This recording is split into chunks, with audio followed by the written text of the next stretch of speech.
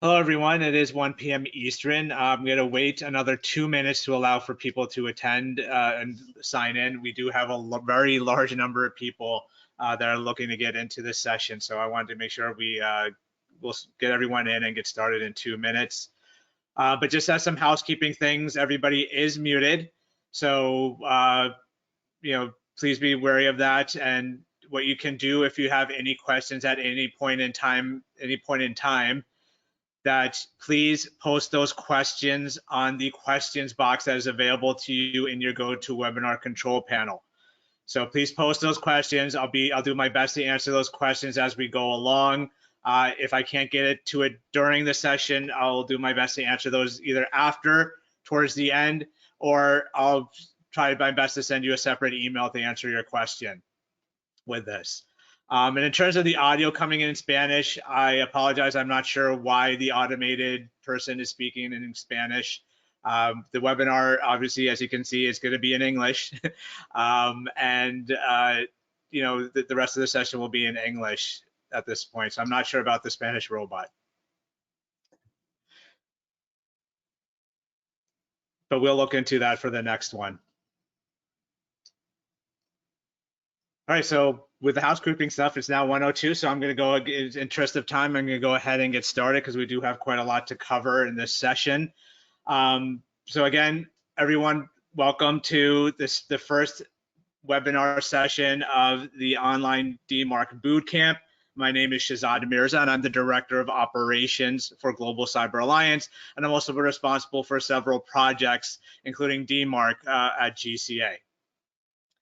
So what I want to do in this case is, so this being the first session, is I'm going to actually go right into the session. And then at the end, I'm going to explain how the actual boot camp is working and all the sessions that apply and are going to go into play in terms of the rest of the sessions in the series for this. So let me go get started, get into what things you're going to get yourself into over these next sessions. I'll also explain which sections I will go into more detail as we go along. So before we even get into DMARC, one thing you do have to understand is phishing, and I'm sure all of you have know what phishing is, otherwise you wouldn't be here. And you've seen many cases of phishing, or you've at least experienced phishing at some point, right? And what is phishing actually doing? Right, phishing is going to basically be the case where you have something going on and something that is being presented to you, but in reality, there's something being hidden behind it. So in this case here, like the image that you see, the baby is being fed or thinking that she's being fed pizza, but you can't, it's hard to see, but just below the pizza is a spoon with baby food in it. So what's actually going to go into her mouth is the baby food and not the pizza, right? And that's what kind of phishing is doing. Phishing is going to be something is not what it initially is or what the actual purpose of that message is, right? So you're getting an email, and again, it doesn't have to be just email. It could be other vectors as well. But in this case, we're talking about email. You're getting an email which you think is going to be, you need to change your password, or you need to provide appropriate banking information because an invoice was paid too late, or something along those lines, something that you need to go ahead and you need to answer immediately. And it looks like it's coming from the actual source or the actual people. Obviously, in some cases, there are going to be little things here and there that are going to hopefully help you identify that this is actually phishing and not actually a legitimate email, right? Because if you actually do click on those links or open those attachments, next thing you know, you're infected, right? It could be any type of malware, or in most cases, as you've seen in the news, it typically is ransomware, right? And I'm not going to get into what ransomware is, but other cases it's going to be fraud, because right, there's a lot of cases which you've heard of business email compromise, right? Which is a little bit more targeted phishing attacks, but that's where they're asking for money at that point. So they're asking for you to transfer money to this account, or your invoice was paid late, or the electricity is going to get turned off if you don't pay us right away. So there's a lot of fraudulent activity in those situations. But there could also be cases where they want to go a little bit long term, where they want to take username and passwords from you, right? You've probably seen these in your personal accounts, and I've been seeing this a lot lately for Apple IDs. You know, your Apple ID has been locked out. You know, click here to reset your password, or if this isn't you, click here to make sure that it's not you. You know, and, you know, take these actions and so on. But they want those username and passwords so they can try them in other things and use them in other things and take advantage of other things. So, and if you think about it, right, phishing is something that's been there for such a long time. You know, pretty much practically since email was pushed out, right? Why is it still there? Why is it still so prevalent? Why is it so still successful in terms of pushing out and going out there, right? Because these messages are starting to get more and more difficult to determine if they're actually coming from a legitimate source, right? Especially if the from and sender addresses are actually being spoofed. That makes it even more difficult because now it looks like it's actually coming from that source, right? It's actually coming from a legitimate domain. Now, just in any cybersecurity type of presentation, there's always that statistics page, which just gives you a bunch of stats in terms of what's going on. I mean, again, this statistics here just showing you, you know, across the globe, what are the phishing statistics, how different areas are being impacted. But again, the point is that this is something that you're seeing on a global scale. You're seeing this on a global level, so everybody's being impacted by this. So there are parts and actions that everyone can take in order to protect yourself. And we're going to obviously talk about one throughout this session. Now, business email compromise. This is a really important aspect of when it comes to phishing, because these are the ones where you're actually seeing money being taken, money being stolen at this point, right? So you have examples here. So here's some cities that have lost anywhere between $800,000 to $1.7 million because of a BEC attack. Right, because they weren't sure what was going on. They paid the money, they put out the money, and they did what they needed to do for that, right? And then again, a lot of people think, okay, well, it's just, you know, it's obviously it's going to be against big companies like cities and large Fortune 500 organizations. Yeah, they're going to be the ones because they have the money. But it's really everyone is susceptible to BEC. So there's a religious institution that lost 1.75 million. Right? Who would ever thought that someone would go after a religious institution to steal money, right? I mean, especially in the state of the world that we're in today, right? Where they're using what's going on with the pandemic, they're taking advantage of that and using that to their advantage of saying, you know, send money here to support and donate money to, you know, give us some funds so that we can do what we need to do, you know, and so on and so forth.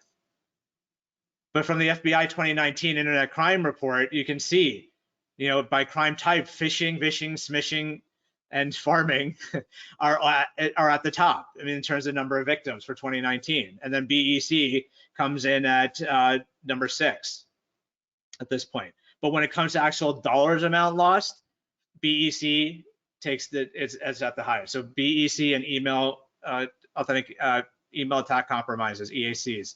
So 1.7 billion, 1.8 billion dollars are being lost, and phishing is still there, but not as high as BEC.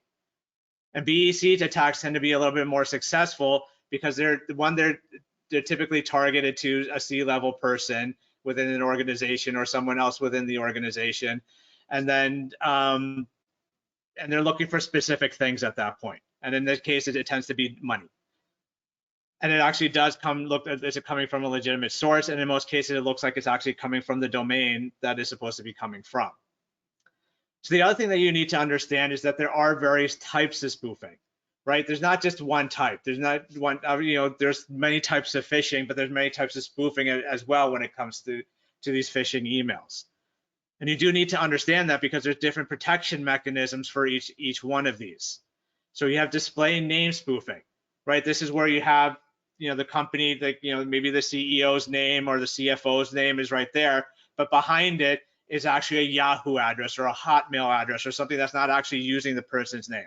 Sometimes they may use the person's name if they're able to create an account under that name. But is your CEO or CFO or anyone in your organization really going to use their Yahoo address? Most likely not. Right? But how do you protect against that? That's where a lot of mechanisms come into play, right? Call the person before you transfer any money or click on any links. Make sure did they actually mean to send it from their personal accounts and not from their work accounts, right? You have other incoming email protection mechanisms that could help protect against something like this.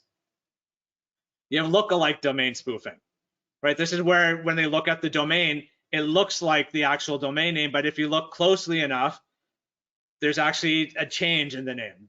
So it looks like it says company.com, but instead what actually happened is the attacker put in a 0 instead of an O and used R and N instead of M, right? Because if the font's small enough, that R and N will look merged and look like an M, especially if you look at it really quickly. So in this case, it's a little bit larger so that we can actually see the spacing in there. But if I reduce the font a little bit, that's where you're going to run into issues. So again, there are protection mechanisms you can use to protect this, because this is something in most cases going to be dealing with incoming messages, right? So incoming messages within your environment. But then there's also domain spoofing. So domain spoofing, or direct domain spoofing, in some cases people will call it, is where you're actually using the name of the organization. So it's actually a valid, legitimate domain. This is the email domain that they actually use. Or this could be the web domain they use, but they may not use it for email purposes. This is the one that's a little bit harder to protect against. So unless there's something odd in the content, these messages most likely will get through those inbound filters that you have in place, right? Plus the fact that, how do you do this for your domain, right? Internally, you're going to be fine, but when it's going to other people, so going to your partners, going to citizens, going to customers, how are they going to know that it's actually not coming from your organization? It's actually someone who's spamming or spoofing your domain by doing direct domain spoofing. That's where DMARC comes into play, right? DMARC is going to be your solution to prevent and block unauthorized usages of your domain name. So DMARC stands for Domain-Based Message Authentication, Reporting, and Conformance. So throughout this session, throughout these series, we're going to go into each one of these into a little bit into detail, right? And I'm going to talk about it very quickly within this session as well, so that way you know what you're getting yourself into and you know what's upcoming in these next few weeks. But overall, what DMARC is it, in essence, kind of acts like an identity check for your organization's domain name. You need to make sure that you have this in place, right? And the thing is you get it, and we'll talk about it in more detail. There are two parts to DMARC, not just one part, because it takes two to tango when it comes to DMARC. You have your sending organization and you have your receiving organization. Both of them play a part and need to do things in order for DMARC to be successful and to work correctly. But overall, so one part is the policy. So the sending organization is the one who creates the policy, and that policy is going to say, hey, these messages we're sending are protected. They have an authentication mechanism applied to it. There's a compliance standard applied to it. Please follow our standard and do what you need to do with messages to check if they're authentic or if they're fraudulent. So that way the receiving side knows what to do when they check those messages to say, okay, well, this one, it didn't pass any of the checks, authentication checks. What do we need to do? What is the action we take with this message? Do we let it go through? Do we quarantine it, or do we completely drop that message? But overall, the major benefit of DMARC is that it's preventing those spammers and phishers from using your organization name, right? It's preventing you from using it in email fraud. And then overall increasing the confidence and the trust for not only your customers, but your business partners and even for your own staff. Therefore, and then protecting the integrity of your brand overall. Now, a good example of this is if you're probably reading in the news, and not to keep going on with what's going on in the world today, but it's in the news. If you've read about it, what happened to the World Health Organization, right? If you haven't, we'll make sure to include that in our resources, and in an email that we'll send out, we'll include that link again. But the World Health Organizations, obviously is blasting out information about COVID-19 and so on, but at the same time, spammers and phishers are using their actual domain name and doing the same thing, but doing it for fraudulent cases, obviously. But they're using their domain name. So now the problem is which one, which are the emails coming from, who, legitimate or not? It becomes more difficult to do. So now at this point, what who is doing is they're actually going through the process of implementing DMARC. They're actually putting in DMARC and setting up a DMARC policy for their organization to prevent those phishing emails from going out. So there's a nice video out there from that's on Vox, VOX, provided by Valley Mail that explains it and shows it and that how it's actually being done. Some additional benefits of DMARC is the fact that on the consumer side, they already have the protection in place. So they have something called DMARC verification in place. And there's some of them are still working on the DMARC policy side. But the verification is key because what they're doing for all their customers is for all inbound messages, they're checking for DMARC policies and applying the policies and following the policies accordingly, right? Alongside with all the other filtering mechanisms that are in place, right? So there's still anti-spam, anti-phishing mechanisms, exclusion lists, blacklists, all that stuff is still being done. DMARC is adding a layer to that. So over 80% of the current total number of worldwide email accounts are actually protected by DMARC. The other key thing is deliverability. DMARC has been known to increase the deliverability of your messages. So if there's any marketers listening right now, this is great, right? The deliverability actually does increase because now you're making sure that your messages actually get delivered into the inbox and not considered spam, right? Because your policy is saying that if it's not coming from this source, then it's considered fraudulent. If it is coming from this source, it is considered legitimate, so put it in the inbox. So your Gmail users, your Microsoft and Yahoo users and so on, they're going to get those messages. So you're guaranteeing an increasing deliverability rate. And we have seen cases where people have not implemented DMARC and their messages were actually not getting delivered. They were actually not even going to spam. Google has been known to do this to some people where they see a large amount of spam from a particular email domain, that they will actually start blocking your domain. We've seen that happen to a hospital. We've seen that happen to a retail store, and actually happened to the World Health Organization. They weren't able to send to Gmail users. So the only way that Google would unblock you is if you had a DMARC policy of reject put in place. And that's what we did with those organizations, not with who, but the retail store and the hospital. We actually worked with them.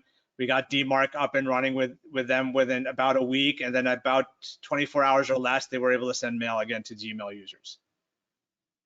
So the deliverability can be impacted, and some email service providers, especially on the consumer side, can potentially block you if they see that your email reputation is bad and there's a large amount of spam using your domain name. And the other critical part and aspect of DMARC is the visibility. You actually can get reports from DMARC to see what actually happened to those messages that were getting received at the receiving side.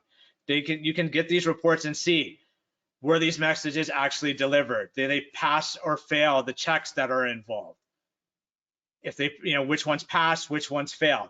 The other real major benefit to these reports is that it actually will tell you the IP address of the sending server, whether it's a legitimate server or a fraudulent server. It gives you both. So that way you can see, okay, these are your legitimate servers. Oh, wait, these are not on our IT asset inventory. We need to make sure we add these to it. We need to make sure we make adjustments so that way if we put in DMARC at enforcement, we don't block legitimate messages. But then at the same time, you may not, but there could be cases where you see server IP addresses like you don't know what they are. Those are most likely spammers and phishers. What can you do with that information? You can use them in block lists. And so if you do some analytics behind it and you determine like, yeah, these are actually bad IPs. These are IPs that are associated with phishing and spam, put them into your blacklist, put them into your filter so that way you can block anything going to those. So now, remember I mentioned that there's two parts to DMARC, and so it takes two to tango in order for DMARC to work. So you have to do both sides. The DMARC policy is the sending organization. The sending organization has to create the DMARC policy, right? That's something that you need to do because you're the domain owner. So you're the one who controls the DNS. Therefore, you need to put the policy into DNS. And that's one of the great things about the DMARC policy is that it's free to create and free to use in that sense for the policy, because it's using your existing DNS infrastructure. Everyone has a DNS infrastructure, right? If you have a website domain and you're sending email out using your own domain name, you're using DNS. So whether it be your own internal Windows or bind systems, or it be something like GoDaddy or Google Cloud DNS or all these other ones that are out there. So that's where you're creating your policy. You're creating it on the authoritative DNS server. Then the second half is DMARC verification. This also needs to be turned on at the receiving side, because this is going to check for all incoming messages to see, is there a DMARC policy applied to this message? So it's actually going to check, is there a policy there? No, okay, move on. Is there a policy here? Yes. What do we need? What are the checks we need to go through? Now this is good. The verification part is, there may be a cost associated with it, but you may even actually have it and you're not aware of it. So if you have an email security system or an email security gateway, it's most likely built into that. Just go into it, and it's typically just a check mark. You put in a check mark, DMARC verification, and now it's turned it on. There may be some cases where it gives you additional options, but really you just need to turn it on at that point. So go back and check your systems to see if they have that capability, because you can do that now, right? Because that's not going to impact your messages. It's just protecting your organization from other organizations. So you may have seen these if you've been following us on Twitter and on LinkedIn. So there's DMARC myths that we produce and we put out there. So we're going to, so I included these in here in case you did miss them. But one DMARC myth is that it's used on email domains only. No, you can apply DMARC on any public-facing domain that you own. So I shouldn't say you can't do it for anyone else. It's only ones that you own and that you're responsible for. Why would you want to do that? Why? The reason is because spammers, yes, they're going to use your email address, but what's to prevent them from using your web domain if it's different, right? If you own .org, .net, .com, implement DMARC on all of them. Implement it right away. In fact, those are the ones you should implement DMARC now because they're easy to do. I mean, they're also known as park domains in most cases because people own them, but they're not actually using them for anything. So DMARC can actually be applied to all public-facing domains, right? So the key is public, not private. Anything that's internal to your organization, don't worry about. For public ones that are public-facing, you need to apply a DMARC policy, and we'll talk about those. These are the kinds of things we're going to talk about in more detail in further sessions. So week 3 is where I'll show you how to do that for these types of domains and what type of policy you're going to be creating and putting into place for those domains that you own that you don't use that you don't use for email. So some things that you should consider and take into account when you're planning for creating DMARC.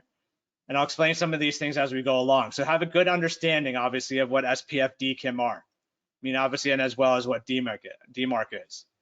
Make sure you have some level of access to DNS. So you may not be the person who's responsible for implementing DNS in your organization.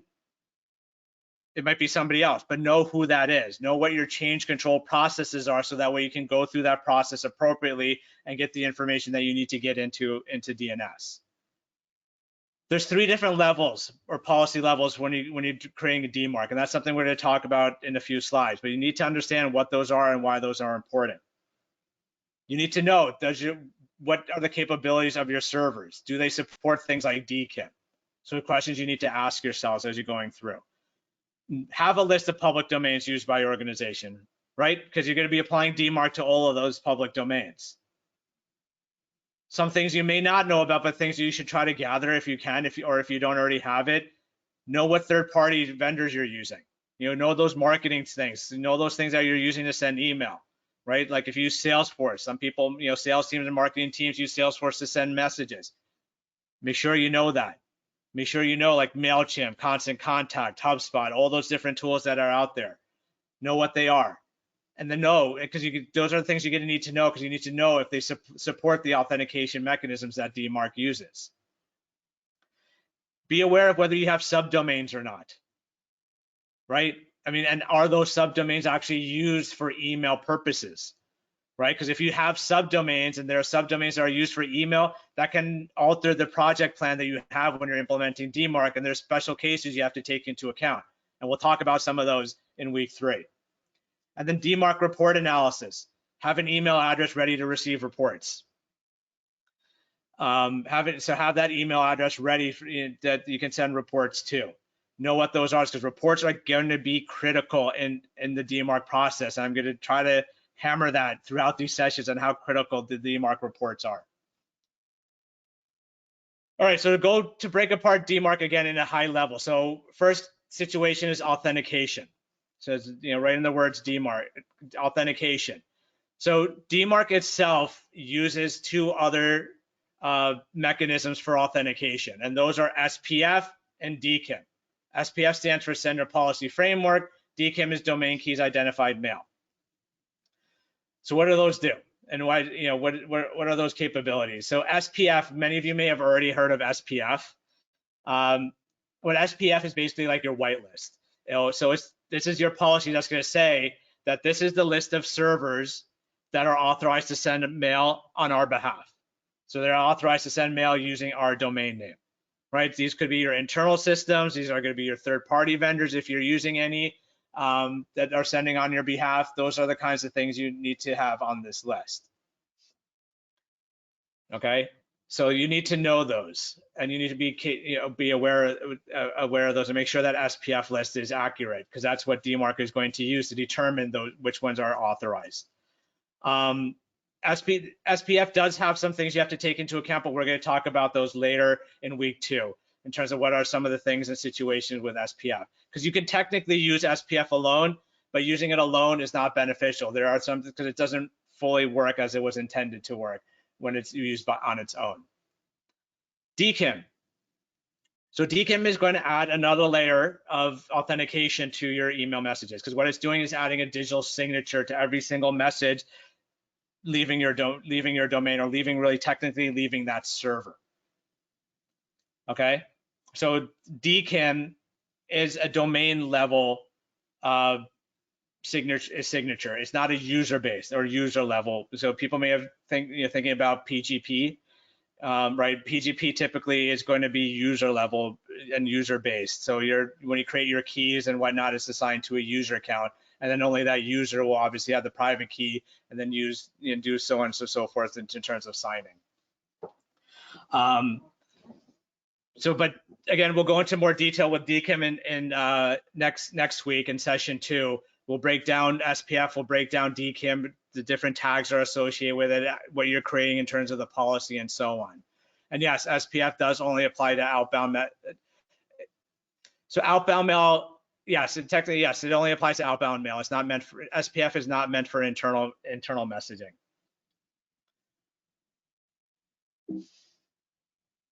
Now, the other aspect you need to know about with DMARC is what happens to those messages, right? So you have to have a good understanding of what the 3 levels are of DMARC, and we're going to try to put this into your head and have you remember these as we go along through each of the sessions as well. So there's 3 levels of a DMARC policy. There's none, quarantine, and reject. None is the lowest level, and that's where you always want to start off with, because you're in essence putting yourself into monitored only mode, right? So you have a DMARC policy, but there's no enforcement. Nothing is being blocked because of DMARC. So messages will flow normally unless some other filter is the one that blocks it or prevents access to it. Then quarantine and reject are your enforcement level policies. Those are the ones that are going to actually start blocking messages or putting messages to spam or junk folder if those checks fail, right? So FPS, DKIM, alignment, if these checks fail, then DMARC is going to fail. So it's important to make sure that you have the things in place correctly. And again, in the next 2 weeks, weeks 2 and 3, we'll talk about SPF and DKIM in detail. We'll talk about what alignment means. So that's domain alignment. When we talk about alignment, we'll talk about what those are specifically. But the key thing is start off at none, always start off at none, and then make your way up to reject. Go to none, review those reports that you get, make sure everything is set up correctly, and then go to reject. So that's why those reports are important. Those reports are critical, because they're going to be your guidance to getting to the reject levels.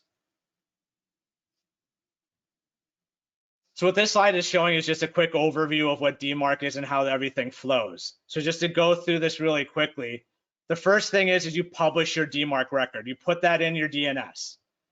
Once that's published, so SPF and DKIM, those things will be published in your DNS as well. The person sending the email is just going to type their email out and do what they need to do. They're not going to have anything. It's going to be completely transparent. There's going to be nothing on special that they need in order to do DMARC. No check marks, no click here, click that to do anything. They just hit send and that's it. Then the sending organization's email server is where everything is going to happen, right? This is where the DKIM signing happens, right? This is where the IP of the email server is going to be put in and so on and so forth. And then that message is going to send to the recipient's email server. And then now at this point, the recipient's email server is going to do the DMARC verification. If DMARC verification is not enabled, all that means is that it's not going to check incoming messages for DMARC policies. That's all that means, and just let it go through the regular filters and pass it on to the inbox. But if you have DMARC verification enabled, right, it's going to go back to the sending organization server and say, okay, do you have a policy? You do. Okay, let's check SPF, let's check DKIM, let's make sure alignment is good. If everything passes, it should go to the inbox, assuming none of the other checks fail. Again, depending on your policy level, that's what's going to happen. So if those checks fail and you're at level none, the email still goes through, assuming no other filters are blocking it. If you're at quarantine, checks fail, it goes to the spam junk folder, reject, checks fail, the message is completely dropped and not delivered at all. And then the last step is that you're basically at that point, the receiving side, the recipient system is the one that's going to be sending those reports back. So it may not be the email server itself, it might be the email security gateway that is actually sending the report, right? So we'll talk more about reports when in week 4. We'll go into more details about those, but I am going to talk about a little high level in terms of the DMARC reports. So here's what a basic and complex DNS record looks like. What you're doing is you're creating TXT records in DNS. So this is just to give you, again, just a sample of what we're going to be getting into in week 3. So we'll break down each of the components. We'll talk about what that host means.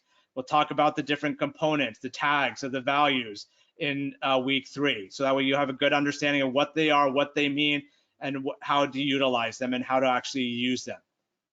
So that's something that we're going to be putting in, that we'll talk about in week 3 and go into that high level of detail, and then do a demonstration as well of actually how to put it in to certain DNS systems. Now, in terms of reports, there's 2 types of reports that you can get, right? As long as you have it enabled and turned on in your policy, right? The policy is going to define where those reports are going to be sent to within your organization. The 2 reports are aggregate reports and forensic or failure reports, right? Aggregate reports are something that you want to get because that's the one that's going to tell you what's passing, what's failing. It's going to tell you the IP address that's sending those messages and how many messages were sent by that particular server, right? That's why you want the aggregate report, because the aggregate report is going to actually go through and you're going to go through and determine what needs to be fixed. Does SPF need to be fixed? Did you miss a server that you need to add to your whitelist for authorized systems? Is there a DKIM key missing or not missing?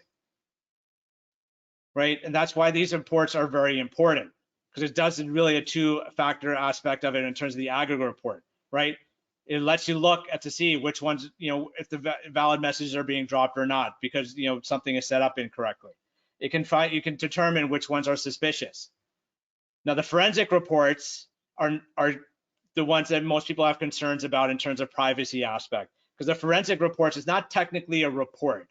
It's actually the full message that failed the DMARC checks, right? So you actually see the message headers, you see the subject line. In most cases, you can see the body of the message. You can see who the message was intended for, who sent the message. So as I'm saying these, people are thinking, oh, well, there's a lot of privacy issues in that case. And again, we're going to talk about in more detail in weeks 4, but forensic reports are the reports that most large service providers no longer send out. They actually don't send it out for those privacy issues and privacy concerns. So there is some things that are being looked at to determine, well, what's, the RUF messages can provide some insight, but how best to do it without worrying about privacy issues. So just to give you a sample report, so here's a sample report. This is an aggregate report. This is an old one from one of ours. As you can see, basically this is XML. Not fun to look at this because this is only a snippet, and these reports can be quite large. So this is not the way you want to read it. Again, in weeks 4, I'll show you what are some examples or some places you can use to read these reports in a nice human fashion. This is an example of a failure report or a forensic failure report, and we took this off an image off of the internet. So there's some things that were blacked out, and some things were altered. But this is just, you can see the amount of information. This is like a full header information that it's giving to you at this point, right? So you can see where some of the privacy issues and privacy concerns come into place here. Now, what I want to do is kind of talk about some of the concerns, because we just talked about one in terms of privacy, but it's not really a concern. So I'm going to still go along the lines of the myths that we've been sharing out there. So one myth is that DMARC is your silver bullet. Implement DMARC, now you're protected with phishing. No, DMARC is not a silver bullet. It's only, like I mentioned before, it's only protecting against one type of spoofing. And that's that direct domain spoofing. It's preventing spammers from using your domain name, right? So DMARC is going to be used in conjunction with those other email security mechanisms that are out there. So you're adding another layer to your DMARC, to your protection in terms of email. So it's a layered defense, right? So DMARC needs to be used. Plus, also remember, DMARC only protects the DMARC policy only protects the domain you're actually applying it to. Right, so it doesn't apply to all the domains that you have. So if you have a .net, .org, .com, you only apply your DMARC policy to the .org domain. It's not going to automatically get inherited to your .net or .com, right? You have to apply your DMARC policy on your .net, on your .com as well. So you have to take those two things into account. Plus, if you think about it, technically DMARC, since DMARC uses SPF and DKIM, it in a way inherits some of the flaws of SPF. Myth 3, it's not good for privacy. That's not true. It depends on how you're doing this, right? So it's a report situation where it becomes a concern, right? The aggregate reports are not giving you enough detailed information to say who the report, who the actual sender is, who the recipient is. It doesn't give you the message body or anything like that. The aggregate report only says this is the IP of the sending sending server, and this is your SPF, DKIM, alignment, pass, fail, DMARC path, fail, your DMARC level, and that's it. Right? It's just all the information that it's giving you is giving it to an aggregate information, so there's no privacy issues or concerns with there, and that's where things like GDPR, people think of GDPR. There's tons of articles out there from various vendors that's showing you that, look, it's not the aggregate report. It is the forensic report where there could be a privacy concern, right? Because you saw, right, the level of detail that it could potentially have. And that's why many people are not doing those.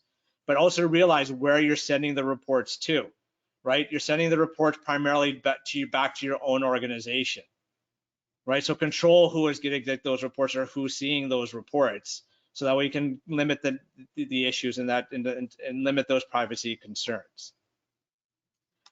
Myth number 4, it's easy. Well, we're trying our best to make it easier for you. We're not saying that it's gonna be, DMARC is really easy. Getting started can be easy, right? Because you're starting at the lowest level. There's nothing going on. You put in your, especially if you know DNS and how to create the record. Getting started is the easy part.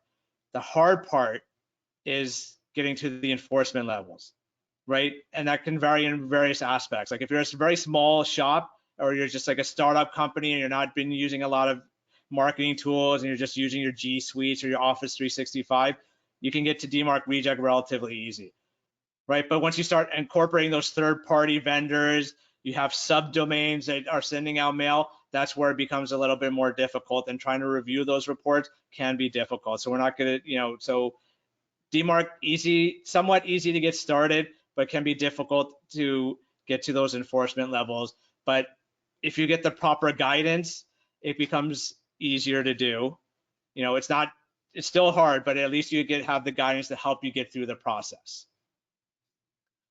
Myth 5, is negatively going to impact my mail. It could.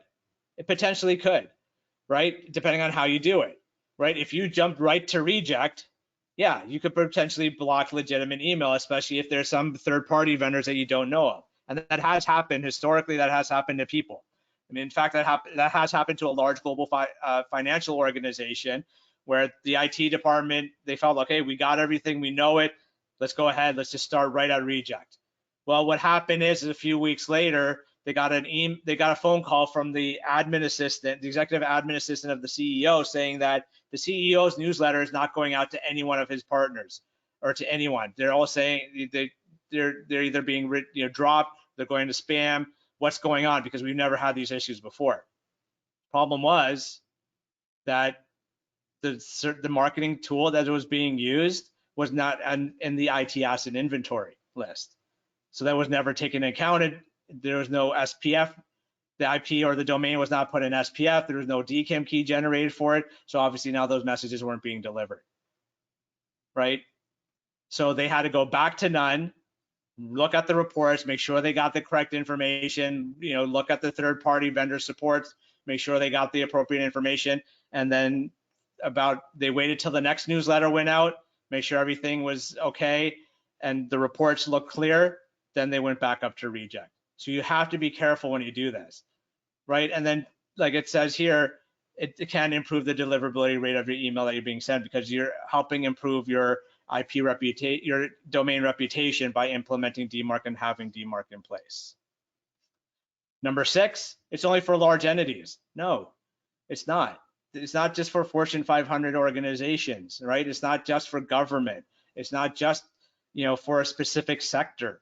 Everybody needs to do it. No matter how small you are, no matter how new you are, doesn't matter. You need to implement DMARC on all your public-facing domains, right? Because they're going to be used, right? Imagine you're a startup and you're starting off, right? And then all of a sudden someone's spoofing is doing a direct spoof of your domain and giving everybody 90% off your product, right?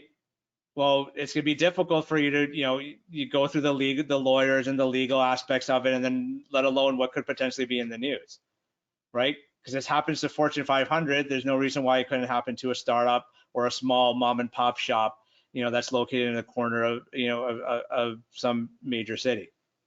So everybody needs to implement DMARC no matter what size you are. Anti-spam filters, they're more than enough. That's all I need. I got my email security gateway. Well, remember, what does the email security gateway primarily do? It protects you from inbound messages. It doesn't really protect you from outbound, right? And then the other problem is these anti-spam filters, well, if you're using MailChimp or if you're using Salesforce or HubSpot or Constant Contact, well, they're not going through your email security gateways, right? They're using their own servers to send mail on your behalf. So that's a problem. So you have to take that into consideration. So that's why you want to have DMARC and you want to have some other security mechanisms to help protect you for outbound messages. Another thing that we've heard is not enough resources. That could technically be true. I mean, it depends on, again, on your organization, the size of your IT shop, and so on, and how large of an organization you are. But one thing that we found is that putting in the DNS record initially is, again, not difficult to do. It's when it comes to the analysis of those reports, that's where it can be time consuming. And there are many resources out there that are available, free and paid, again, which we'll talk about in weeks 4, and we'll give you all that information. Mailing lists and mailing forwarders. This is also something that is not good for any type of authentication when it comes to email. Those do break DMARC, and they can break SPF and DKIM also. So even if you don't have DMARC, it'll break the other 2 authentication mechanisms as well. So if you just had SPF, that can get, mailing lists and mail forwarders break those. And the problem is right, when you're sending typically to a mailing list, you send it to a server, and then that server is responsible for distributing that message, right? So the metadata, the things behind the scenes, those are getting changed, right? There's new IP addresses that are no longer in your SPF. Could be a whole new DKIM signature that's being involved. That's not associated with your domain. But there is a solution for that, and that's called authenticated receive chain. And again, I'll go more detail into that in week 5 in terms of what ARC is, what does it do, and who actually needs to implement this. Because not everybody has to implement ARC, right? Not everybody needs to do that. Only certain groups need to focus on that. But what I also wanted to share with you too is just from, in case there are people who are thinking in terms of numbers, right? So we did our own return on investment of DMARC with a outside consulting firm. We just supplied the data from our standpoint. They took data from other partner vendors as well, just to get information in terms of what is the benefit of and the return on investment of implementing DMARC. And so based on people who have implemented reject and quarantine, so it's about a little over 1,000 domains, it was determined that the annual savings is $19 to $66 million just by implementing DMARC and getting to DMARC of reject and quarantine, right? Because if you think about it, I'm going to show you another set of numbers here, and this is from an Agari report, because they did a return on investment. There was a little bit more focused on four organizations in 4 different sectors. And based on theirs, they're saying like, hey, well, in terms of return on investment, they saw 326% return on investment. So this thing's looking at things like $4 million increased return on customer engagement, right? Because if your messages are actually getting to the inbox, people are getting engaged with you. They're gonna respond back to you. They're gonna look at your flyers, look at what you're sending them, right? 1.1 million reduced need for customer support, right? Because now your customer support, it doesn't have to constantly field phone calls. Hey, I got this spam message. I got this phishing email. Because if you hopefully get to reject, those types of messages are reduced and dropped completely, and they're not even seeing it. And then your customer support hopefully doesn't have to deal with them as much anymore. 718K in reduced cost of cybersecurity insurance. So if you have cybersecurity insurance, something to take a look into. And then 10% rise in response rate for email campaigns. So that just goes back to my point about deliverability, right? We increase deliverability, improve deliverability of your emails by implementing DMARC at an enforcement level. So not DMARC at the lowest level of none, at DMARC at an enforcement level, all right, of quarantine and reject. So that's everything in a nutshell about DMARC, and we talked a little bit about BEC, so something to take into consideration.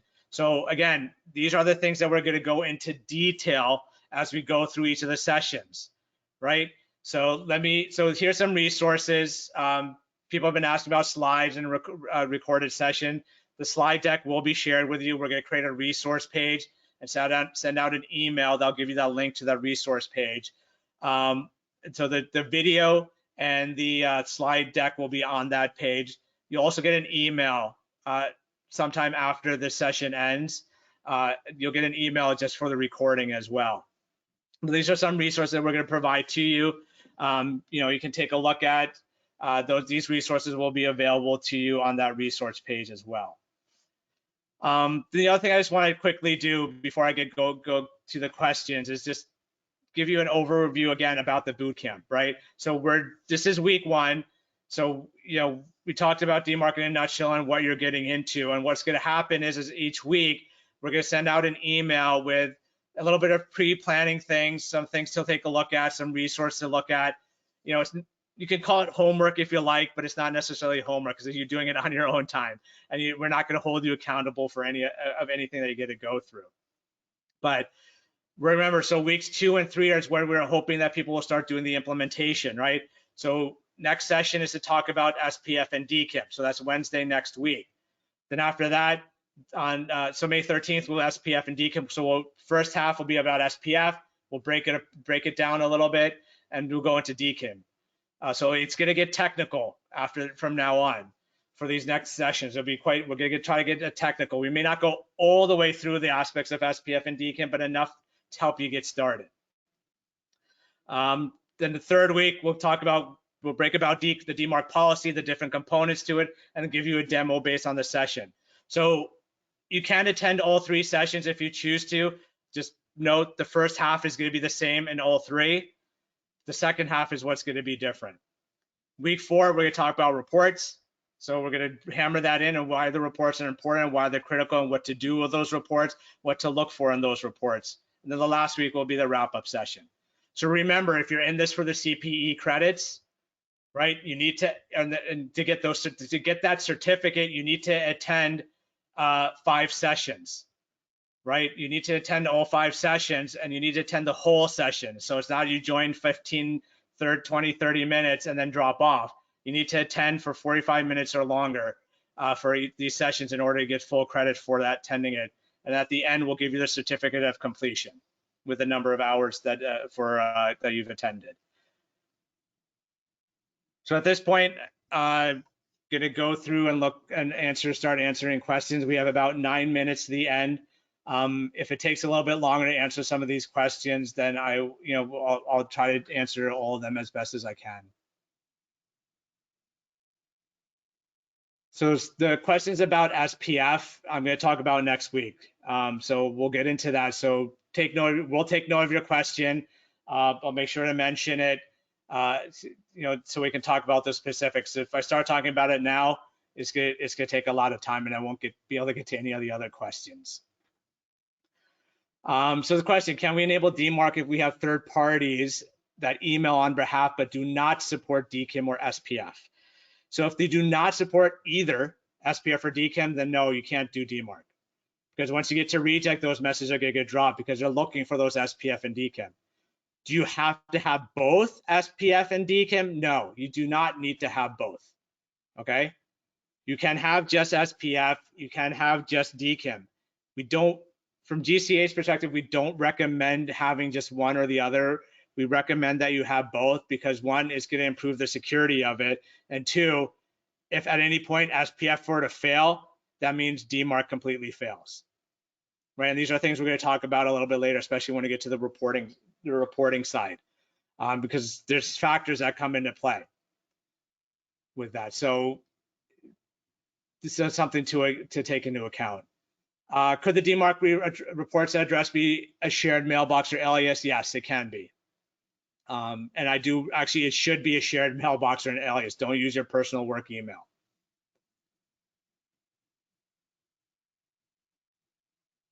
So there's a lot of questions about reporting as well. Those reporting questions, I'm going to have people save those for week 4. Again, we'll make note of those and we'll log those and make sure we answer those at that point in time.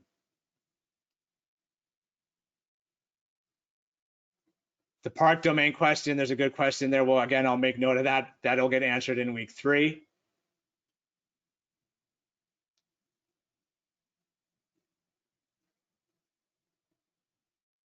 So there's a question about we have our domain at ourschool.edu managed through G Suites. What keeps subdomains like at spoof.ourschool.edu from being accepted as a sender? DMARC. DMARC is going to do that. DMARC is going to prevent that from happening. And again, that's something. So that's something that's going to prevent those subdomains from being spoofed. So if you have a DMARC policy in place and DMARC policy set up correctly, it will prevent those.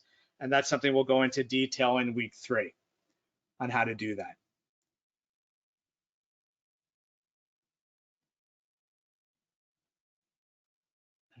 I'm going through some more questions. Will you receive a report regardless of message fail? Just to quickly answer that, yes, you will receive it whether it fails or not. But I'll go in more detail into that again in week 4.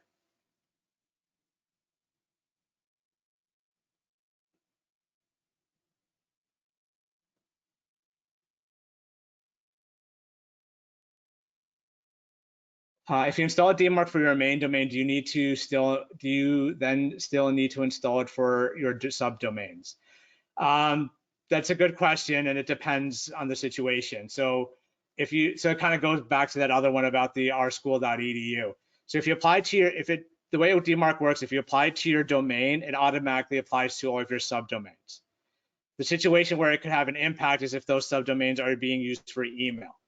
And those are a situation which, again, I'll get into week 3 and talk about how that works.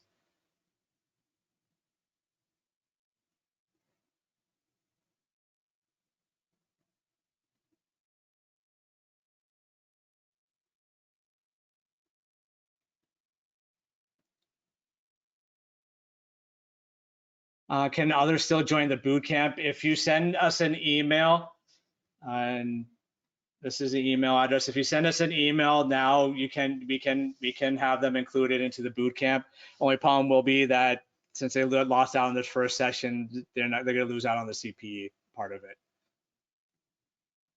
Same time for the demos, yeah. So all the demos will be on week 3. It's gonna be the Tuesday, Wednesday, and Thursday.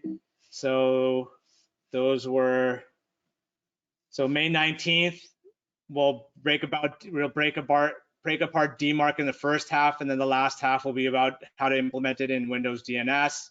On the 20th, break apart, same thing. The first half will be the same session, but the last half will how to put it on a bind system. And then May 21st, again, break apart DMARC. So again, the same session for the first half, and then the last half will be doing it on various 2 different cloud DNS providers. And those will be at 1 o'clock Eastern, so same time.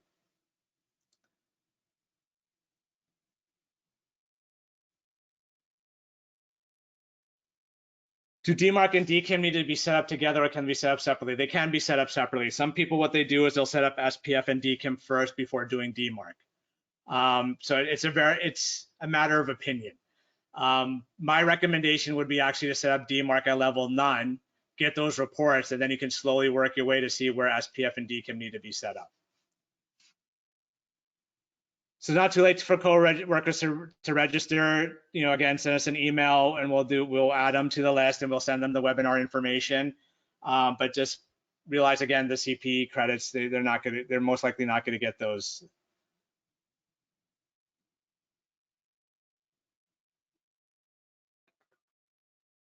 Is DMARC enabled on Office 365 by default? DMARC verification is enabled by default. DMARC policy is not. So even that applies to any type of email provider using the DMARC policy, you have to create it.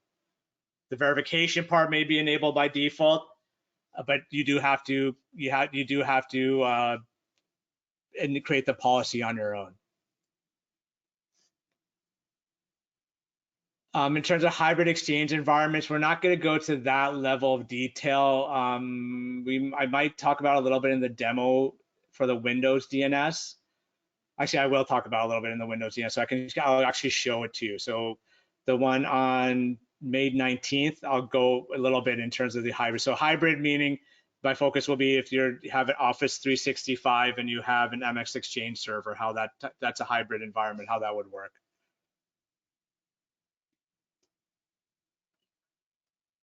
What tactics are hackers using to get around DMARC? That's a very good question. Because there's nothing preventing hackers from using DMARC themselves on their domains. Problem is that they do that, they have to keep that up and running, and then they're found easier and quicker. Other ways that they could go around it is they can actually compromise accounts themselves, right? So they can actually take over an account and do account compromise techniques, and then now they're controlling the account, and they have those things to take into account.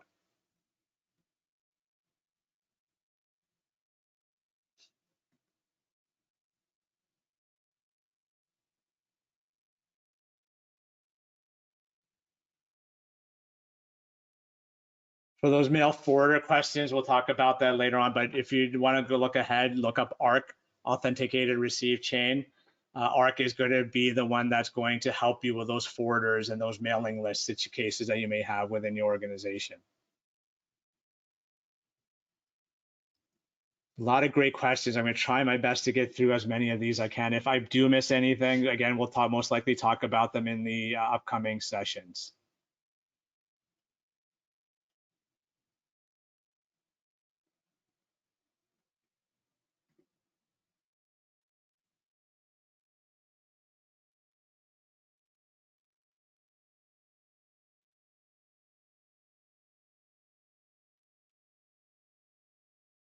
Are there special considerations for .gov domains? So if you're talking about US.gov domains, you may want to talk to DHS because I know they have some plans and some things in place. For other government entities, you may want to talk to your central or the cybersecurity agencies and see if they have any plans. But there is no special consideration when it comes to specific domain types. I mean, if you're to talk about the top level domain itself, like is there a DMARC policy applied to .gov? There is not. There are discussions of doing something like that, but those are still in discussions.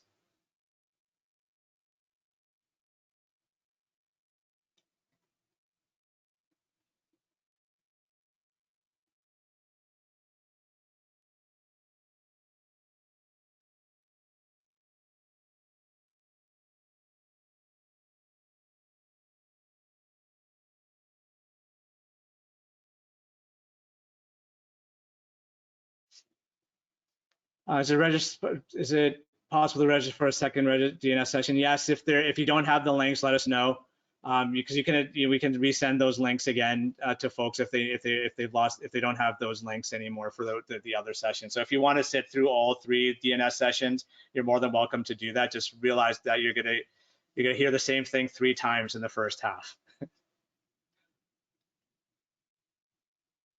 Right, so it is 2:01. At this point, we're going to, there's still a lot of great questions. We'll take note of those questions. Any questions that we're going to be dealt with in the other sessions, I'm going to lead through those. But if there's anything that's out of scope, I'll do my best to try to answer those in the next few days. So thank you, everyone. Thank you for attending. I hope to see everyone that's attended this session in the next sessions as well. If you don't have the links to the next session, please let us know and we can blast out those. But expect to see an email with that information and some other resources as well, either by Friday or by Monday of next week. Thank you, everyone, and enjoy the rest of your day.